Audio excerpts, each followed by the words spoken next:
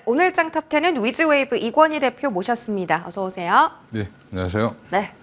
자, 오늘은 이제 몇 시죠? 3분 뒤부터 테슬라의 로보택시가 공개되기 때문에 2차 전지 주가의 향방을 좀 체크를 해보겠습니다. 오늘 외국인이 삼성 SDI 담는 것 확인됐고요. 오전 11시에 진행이 된다. 근데 뭐 머스크 CEO가 이 행사는 역사책에 기록될 거다라고 또 좀 기대감을 더 부풀게 했는데 여기서 이제 중요한 거는 그동안 로보택시에 대해 이야기가 좀 두루뭉실했다면 이번에 구체적으로 언제 양산을 하고 뭐 로드맵이라든지 좀 더 구체적인 이야기가 나올 걸로 기대가 되거든요. 근데 이제 해외 IB 쪽에서는 로보택시 공개가 셀온 뉴스일 가능성도 있다. 테슬라가 좀 과소평가된 AI 기업이다라고 좀 엇갈린 반응을 또 보이고 있습니다. 테슬라의 주가가 또 올라가면 국내 2차 전지 종목들도 같이 상승하는 흐름이 좀 연출되기 때문에 2차 전지 혹은 이제 자율주행 쪽으로 온기가 좀 확산이 될까요? 아니면 셀온이 될까요? 이미 온기는 다 반영되지 않았나 좀 개인적으로 생각하고 있고요. 좀 위에 CFRA에서 얘기한 게 저는 오히려 맞을 것 같다라고 생각하고 있고요. 로보택시가 이제 뭐 2차 전지를 이끌어가기보다는 사실은 자율주행 관련된 기술들에 대해서 자극을 좀 했고 국내 종목들이 많이 움직였죠. 근데 최근에 눌리고 있는 이유 자체가 로보택시 공개하고 나면 사실은 뭐 소문난 잔치에 먹을 거 없다고 생각보다 별 일은 없을 것 같고요. 물론 혁기적인 기술이 나올지 시장 기대보다 훨씬 더 좋은 뭐 얘기가 나올지는 좀 지켜봐야 될 것 같고요. 만약에 그렇게 된다라고 하면 시장이 이제 원했던 것보다 훨씬 더 기대치가 높은 걸 보여준다라고 하면 기대보다 높은 걸 보여준다라고 하면 주가는 또 뭐 관련된 종목들이 움직일 가능성이 있을 것 같고요. 근데 일단 뭐 그닥 그랬다라고 하면 사실은 실망 매물이 더 많이 나올 가능성도 있습니다. 그리고 로보택시를 처음 공개하는 거기 때문에 그동안 이제 FSD 기술을 이제 총체적으로 집어넣어서 자율주행 완전 자율주행 택시를 그러니까 완전 자율주행 자동차를 만든다는 데 의미가 있는 거죠. 네. 그래서 앞에 로보택시라는 이름을 붙인 거고 여기에 이제 완전 자율주행 만들기 위해서 FSD를 업그레이드하기 위해서 AI 기술을 이제 AI 러닝을 많이 시켰다라는 부분이 이제 아까 워드부시가 얘기했던 과소평가된 AI 기업이라고 얘기하는 건데, 그러니까 AI가 어디에 쓰일 거냐 여러 가지 얘기가 나왔는데 그게 접목될 수 있는 기술 중에 하나가 또 자율주행입니다. 근데 이제 문제는 이게 진짜 안전상의 문제가 있는지 없는지, 뭐 100건 중에 한 건만 사고가 나면 이게 1%죠 확률은. 하지만 한 번 사고가 굉장히 크면 책임 소재를 어떻게 줘야 될지 그런 것들을 하기가 어렵기 때문에. 여러 가지 이제 법적인 제도적인 기반이 만들어져야 되는 부분도 있고요. 또 미국 같은 경우는 연방에서 이렇게 한다고 해서 되는 게 아니라 주정부마다 다 이 도로교통법이라든지 이런 것들이 좀 다르기 때문에 이런 것들을 좀 어떻게 주정부마다 어떻게 이거를 이어갈지 향후에 이제 정책적인 것들도 좀 지켜보실 필요는 있습니다. 그래서 오늘은 이벤트 정도로 보시고 대응을 하시면 될 것 같고요. 관련 종목들 오늘 만약에 세론이 나온다라고 하면 또 한 번 이제 기회는 올 거라고 보고 있고. 2차 전지까지 훈풍이 불지 여부는 좀 지켜봐야 될 것 같은데 2차 전지는 지금 좀 어제부터 좀 둔화된 이유 삼성 SDI 정도만 올라오고 있는데 관련돼서 보면 지금 트럼프 지지율이 다시 올라오고 있다는 부분이 오히려 지금 더 큰 뉴스입니다. 2차 전지에서는. 그래서 지금 2차 전지는 당분간 미 대선이 끝나기 전까지는 어떤 이슈든지 간에 단기 트레이딩으로 대응하시는 게 맞다라고 좀 보고 있고요. 여전히 업황은 돌아서는 건 맞는데 정책적인 이슈라든지 정치는 조금 좀 조심해야 된다. 업황은 돌아서는 게 보이고 있죠. 왜냐하면 바닥을 찍고 있고 LG 에너지솔루션 같은 경우도 지금 최근에 뭐 계약건도 여러 가지가 뭐 벤츠 뭐 그다음에 테슬라랑 계약건도 있고 4680 배터리도 본격적으로 이제 납품을 하고 있고 지금 기술이 발전하면서 사실은 건식 공정 관련돼서도 아마 조만간에 뭐 1년에서 2년 안에는 어떤 결과물이 나오지 않을까 생각하는데. 비용을 낮추게 되면 또 이제 마진율을 두 자릿수 이상으로 만들 수 있다라는 그런 가능성이 나오면 LG에너지솔루션도 배터리 업계에서는 큰 이제 어떻게 보면 모멘텀이 될 수 있다. 근데 그 화두를 던진 것도 어떻게 보면 일론 머스크였기 때문에 건식 공정 관련된 것도. 근데 던졌지만 아직도 본인들도 못 하고 있습니다. 알겠습니다. 그러니까 이런 부분들을 좀 확인해 보시면서 너무 이렇게 단기적인 이런 이벤트에 너무 매몰되시면 사실은 주가 고점에서 잡으실 가능성이 높다라고 좀 말씀드리겠습니다. 로보택시는 셀 온일 가능성이 높고 차라리 업황이 돌고 있는 이제 2차 전지 말씀을 주셨는데 역시 단기로 보셨어요. 근데 왜요? 업황이 이제부터 돌아서는 거면 사실 주식은 선반영이니까 투자 관점을 지금부터 가져가는 게 맞지 않나라는 궁금증도 있고요. 삼성 SDI 같은 경우 오늘 또 실적 개선에 대한 리포트가 나오면서 상승하기도 했습니다. LG엔솔도 컨센 상회하는 실적을 또 내놓았기 때문에 2차 전지가 아직까지는 실적 부진 속에서 허우적되지만 이제 점점 좋아지는 모습이 또 두 셀사를 통해서 나타나고 있잖아요. 오히려 네. 투자 포인트가 아닐까요? 원래는 투자 포인트가 맞는데 문제는 이제 뭐 테슬라가 지금 트럼프랑 친하게 지내는 게 네. 2차 전지한테 도움이 될 거냐 뭐 이것도 좀 보셔야 되는데 그러니까 어떻게 보면 지금 이제 트럼프가 당선이 되면 테슬라 말고는 다 지원 안 해주겠죠. 예, 그렇게 될 가능성이 높고요. 물론 이제 지금 업황이 정책 돌아섰다고 문제. 얘기하는 거는 GM조차도 뭐라고 얘기하냐면 드디어 전기차가 바닥을 찍은 것 같다라고 GM도 얘기를 하고 있습니다. 그 네. 얘기는 여전히 업황은 지금 그래서 제가 예전에 연초에는 여름쯤에 보자라고 말씀을 드렸는데 여름에 보자라고 말씀드렸는데 문제는 11월 달 대선이 이렇게 트럼프가 치고 나올 줄 몰랐고 그 당시만 해도 트럼프가 후보가 될지도 몰랐습니다. 저는. 네. 예, 미국 사람들이 바보가 아닌 이상 트럼프를 다시 세울 거냐 했더니 다시 세웠죠. 그 얘기는 여전히 불확실성이 있다라는 부분이고요. 그러니까 네. 이게 만약에 지금 사서 뭐 대선 전에 주가가 한 20% 올라가서 10% 20% 올라가서 파시면 네. 좋겠지만 만약에 근데 샀는데 조정이 나왔는데 트럼프가 당선이 되면 더 조정이 나올 가능성이 있죠. 그러면 오히려 살 기회가 한 번 더 있다라고 저는 보고 있고요. 트럼프가 당선되더라도 2차 전지를 뭐 전기차를 죽이진 않을 겁니다. 근데 보조금 이슈라든지 여러 가지 또 정책들을 좀 봐야 되는 확인해야 되는 과정이 좀 필요하기 때문에 네. 계속 제가 보수적으로 말씀을 드리는 거고 그렇다고 업황은 돌아서는 건 보이는데 문제는 업황보다 더 중요한 거는 정치죠. 정치적인 거. 또 하나 좀 중요한 게 있는데요. 2차 전지 섹터가 워낙에 이제 공매도의 그 공격을 좀 많이 받았던 섹터고 3사와 뭐 에코프로 형제도 마찬가지인데 이 11월부터 공매도 가이드라인이 좀 적용이 됩니다. 무기한 공매도를 금지시켰어요. 11월부터. 그러면 2차 전지에도 오히려 호재가 아닌가. 좀 쇼커버 가능성도 염두에 두고 주가 측면에서 반등할 수 있다라고. 그러니까 좀 반등을 해석을 노리는 할 건 수 가능합니다. 있을까요? 지금 쇼커버가 많이 나올 가능성이 있는 종목은 사실은 포스코 퓨처엠 같은 종목들이 많이 들어가 있거든요. 네. 포스코 DX도 마찬가지고 그런 종목들은 여전히 반등은 언제든지 나올 수 있다라고 보고는 있고요. 자리도 지금 기술적으로는 한 번씩 튈 수 있는 자리입니다. 그러니까 제가 뭐 2차 전지를 나쁘게 얘기해서 사지 마라 이게 아니라 업황 돌아서고 있고 다 좋고 수급도 괜찮아지고 있는데 문제는 한 방이 문제라는 거죠. 그러니까 그 한 방에 벌어놨던 거 다 까먹을 수도 있기 때문에 일단 대선을 기다리죠. 그렇죠. 대선이 11월 5일이니까 네. 지금 10월 오늘 11일이죠. 예, 네네네. 한 달도 안 남았습니다. 한 달도 안 예, 남았어요. 그러니까 뭐 별로 지금 조바심 내시면서 하실 필요는 없을 것 같고요. 남들보다 좀 비싸게 사더라도 아니면 좀 더 싸게 살 기회도 생길 수도 있고 오히려 비싸게 살 기회가 될 수도 있겠지만 그래도 불확실성을 거치고 걷어나고 하시는 게 확실하게 가자. 예, 좋을 것 같다 이렇게 말씀을 드리는 겁니다. 좀 돌다리도 두드려보고 건너자. 뭐 저도 마음 편하게 그냥 사세요 이렇게 얘기하면 편하죠. 예, 근데 그게 아니라 불확실성이 좀 있으니까. 그렇죠. 그런 리스크를 좀 뻔한 리스크죠. 보이는 리스크인데 이거를 굳이 나는 이 트럼프가 돼도 괜찮아 이렇게 하고 막 사서 예, 괜히 한번 눌리면 보조금 안 준다 그러면은 왜 이게 정치가 중요하냐면 아직은 2차 전기차 같은 경우는 비싸기 때문에 네.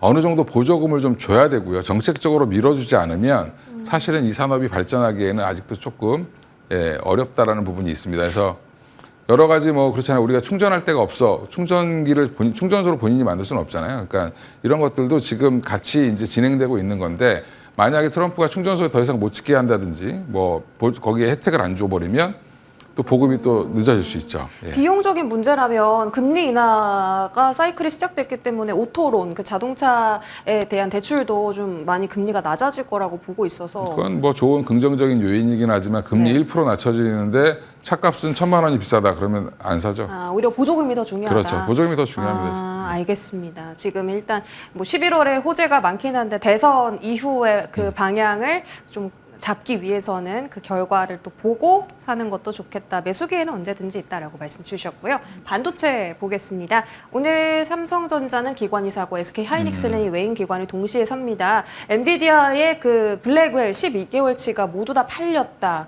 라고 하면서 뭐 목표가 150달러 다시 한번 이야기가 나왔고 AI 가속기 쪽도 지금 성장률이 계속 된다. 어쨌든 지금 이 시장은 그 성장세가 중요한 거니까요. 계속 이 높아지는 성장세에 포커스를 두고 있는 것이고 수요는 뭐 계속 확인이 되고 있었고 네. 오늘 또 오랜만에 올라가는 반도체 종목들도 있습니다.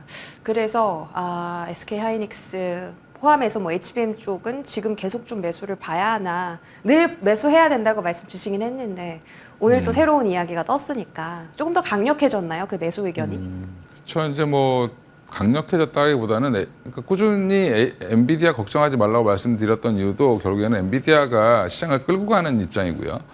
지금 최근에 이제 폭스콘과 계약을 했습니다. 폭스콘이 GB200 시리즈를 만드는 공장, 패키지 공장을 하겠다라고 얘기를 해서 지금 엔비디아와 좀 얘기를 하고 있죠. 공장을 지어서 열심히 우리가 만들겠다. 조립하는 거거든요.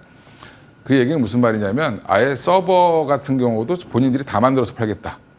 CPU, GPU, AI 가속기, 렉, 그다음에 서버 통째로 지금 엔비디아가 다 하겠다라고 얘기를 하는 거고 있고요.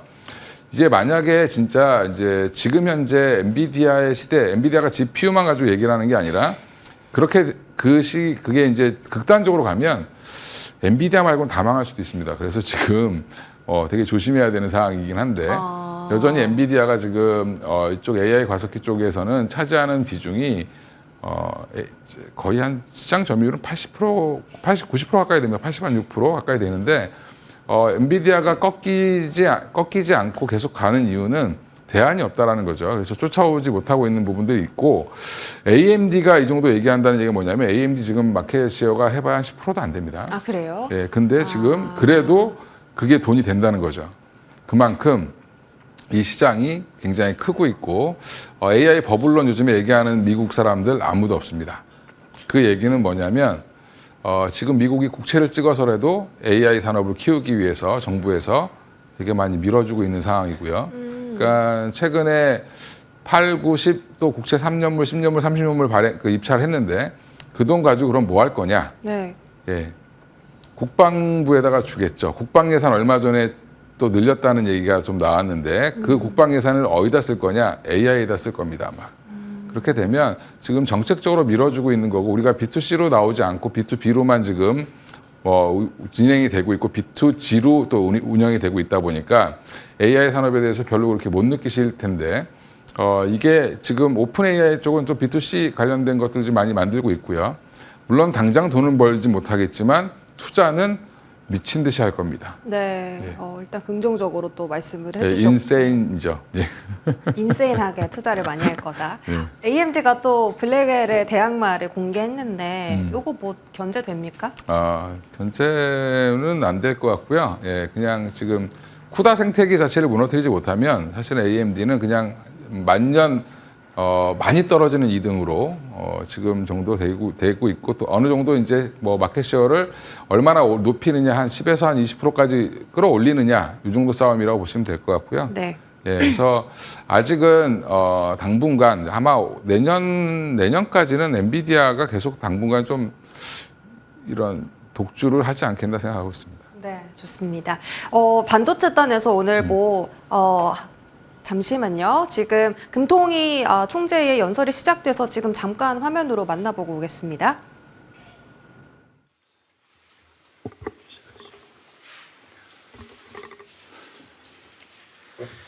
네, 지금부터 2024년 10월 통화정책 방향에 대한 이창용 한국은행 총재의 기자간담회를 시작하겠습니다. 먼저 금일 통화정책 방향 결정 배경에 대한 이창용 총재의 설명을 듣겠습니다. 예, 여러분 안녕하십니까? 오늘 금융통화위원회는 한국은행 기준금리를 현재의 3.5%에서 3.25%로 인하하기로 결정하였습니다. 먼저 국내외 경제 여건을 설명드린 후에 기준금리 결정 배경에 대해서 말씀드리겠습니다. 우선 대외 여건을 살펴보면 세계 경제는 완만한 성장세를 이어가고 있지만 주요국의 경기 불확실성이 높아졌습니다. 미국은 양호한 성장 흐름을 나타내고 있으나 고용과 소비가 점차 둔화되면서 내년도에는 성장률이 다소 낮아질 것으로 전망되고 유로 지역은 성장세가 점차 회복되겠지만 그 속도는 더딜 것으로 예상됩니다. 중국은 경기 부양 조치에도 불구하고 소비 부진과 부동산 경기 침체 지속으로 내년 중 성장률이 4%대 중반으로 둔화될 것으로 전망됩니다. 글로벌 인플레이션은 미국의 9월 소비자 물가 상승률이 2.4%로 낮아지는 등 둔화 추세를 지속하였습니다. 이에 따라 미 연준이 정책 기조 전환을 시작하고 유럽 중앙은행도 금리를 추가 인하하는 등 통화 긴축 완화가 이어졌습니다. 국제금융시장에서는 미 연준의 금리 인하 속도에 대한 기대 변화, 중동 지역 리스크, 중국의 경기 부양책 등에 영향받으며 장기 국채금리와 미 달러화 지수가 하락하였다가 반등하였습니다. 다음으로 대내 여건을 살펴보면 국내 경기는 수출이 IT 경기 호조에 힘입어 개선 흐름을 이어갔으나 내수 회복세는 아직 더딘 모습입니다. 앞으로도 국내 경제는 완만한 성장세를 이어가겠지만 내수 회복 지연 등으로 지난 8월에 비해 전망의 불확실성이 커진 것으로 판단됩니다. 향후 성장 경로는 내수 회복 정도, 주요국 경기 및 IT 수출 흐름 등에 영향받을 것으로 보입니다. 국내 물가 상승률은 안정세가 뚜렷해졌습니다. 9월 중 소비자 물가 상승률이 석유류 가격의 큰 폭 하락으로 1.6%대로 낮아졌고 근원 물가 상승률은 2%로 둔화되었으며 단기 기대 인플레이션율도 2.8%로 낮아졌습니다. 앞으로 국내 물가 상승률은 낮은 수요 압력이 지속되면서 안정적인 흐름을 이어갈 것으로 예상됩니다. 소비자 물가 상승률은 당분간 2%를 하회하면서 네, 한은 총재의 기자 간담회 이야기 좀 들었고요. 3년 2개월 만에 금리를 인하했고, 가계부채 성장세가 둔화됐다.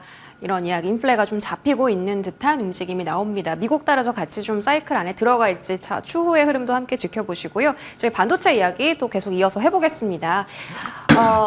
지금 수부장단 안에서 오랜만에 하나 마이크론이나 HPSP 같은 종목들이 10% 가까이 지금 강세 흐름 보이고 있거든요. 이거 의미 있는 상승일까요? 일단 지금 삼성전자가 오늘 또 다시 6만 원을 위로 올라왔다가 또 다시 5만 9천 원대에서 막 공방을 벌이고 있는 것 같은데 네. 지금 삼성은 바닥 잡기를 계속 할 것 같고요. 그것도 어제 또 일부 사업부를 정리한다는 얘기도 좀 나왔고 이제 구조 조정을 이제 본격적으로 이제 실행을 하는 것 같고요. 하이닉스는 오늘 또 생각보다 약한 모습을 보이고 있는데 반면에 오늘은 전공정 관련된 장비주들부터 시작해서 이오테크닉스도 오늘 다시 또 급등을 하고, 그다음에 HPSP 같은 종목들, 선단 공정에 들어가는 이제 수소 어닐링 장비 만드는 종목도 올라가는데 DKT라는 DIT, 네. 거기 압수수색도 소식이 있었죠. 거기가 이제 기술 유출했던 관련돼서 이제 압수수색이 있었는데. 그게 이제 이오테크닉스와 같이 연결가 돼 있습니다. 그래서 이오테크닉스가 지금 반사 수혜를 받고 있는 거라고 보시면 될 것 같고요. 그러니까 이제 이오테크닉스가 올라간 이유는 그럼 DIT가 주로 이제 SK하이닉스와 거래를 했던 데니까. 네. 이오테크닉스가 SK 물량을 가져가지 않겠냐라는 이제 그런 얘기가 좀 나오고 있고요. 그래서 지금 이오테크닉스는 최근에 이제 영국계 투자자문 운용사에서 지분을 늘린 거에 이어서 조금 이제 호재들이 좀 나오고 있는 상황인 걸로 보고 있고요. 개별 이슈로 보시면 될 것 같고요. 오늘 하나마이크론이나 이런 종목도 올라온 거는 약간 좀 실적이 생각보다 나쁘지 않을 거다라는 얘기 좀 나온 것 같고. 그래서 지금 반도체 장비 소부장들도 너무 많이 빠진 종목들 중심으로 해서 지금 큰 반등, 기술적 반등이 좀 나오고 있는 상황이고요. 반면에 지금 주도주였던 SK하이닉스 관련된 종목들은 생각보다 약합니다. 지금 그 얘기는 조금은 좀 쉬어가고 소외됐던 종목들, 좀 삼성전자에 관련된 종목들들, 전공정 관련된 종목들, 레거시 관련된 종목들도 호재라기보다는 생각보다 나쁘지 않을 거다. 그동안 너무 많이 빠졌다라는 거에 대한 반등. DI 같은 종목들도 오늘 급등을 했죠. 그래서 이제 그동안 검사 장비로 많이 올랐던 종목들도 한 번씩 반등을 주는 거는 이거는 이제 큰 의미라기보다는 기술적 반등 정도로 보시면 될 것 같고요.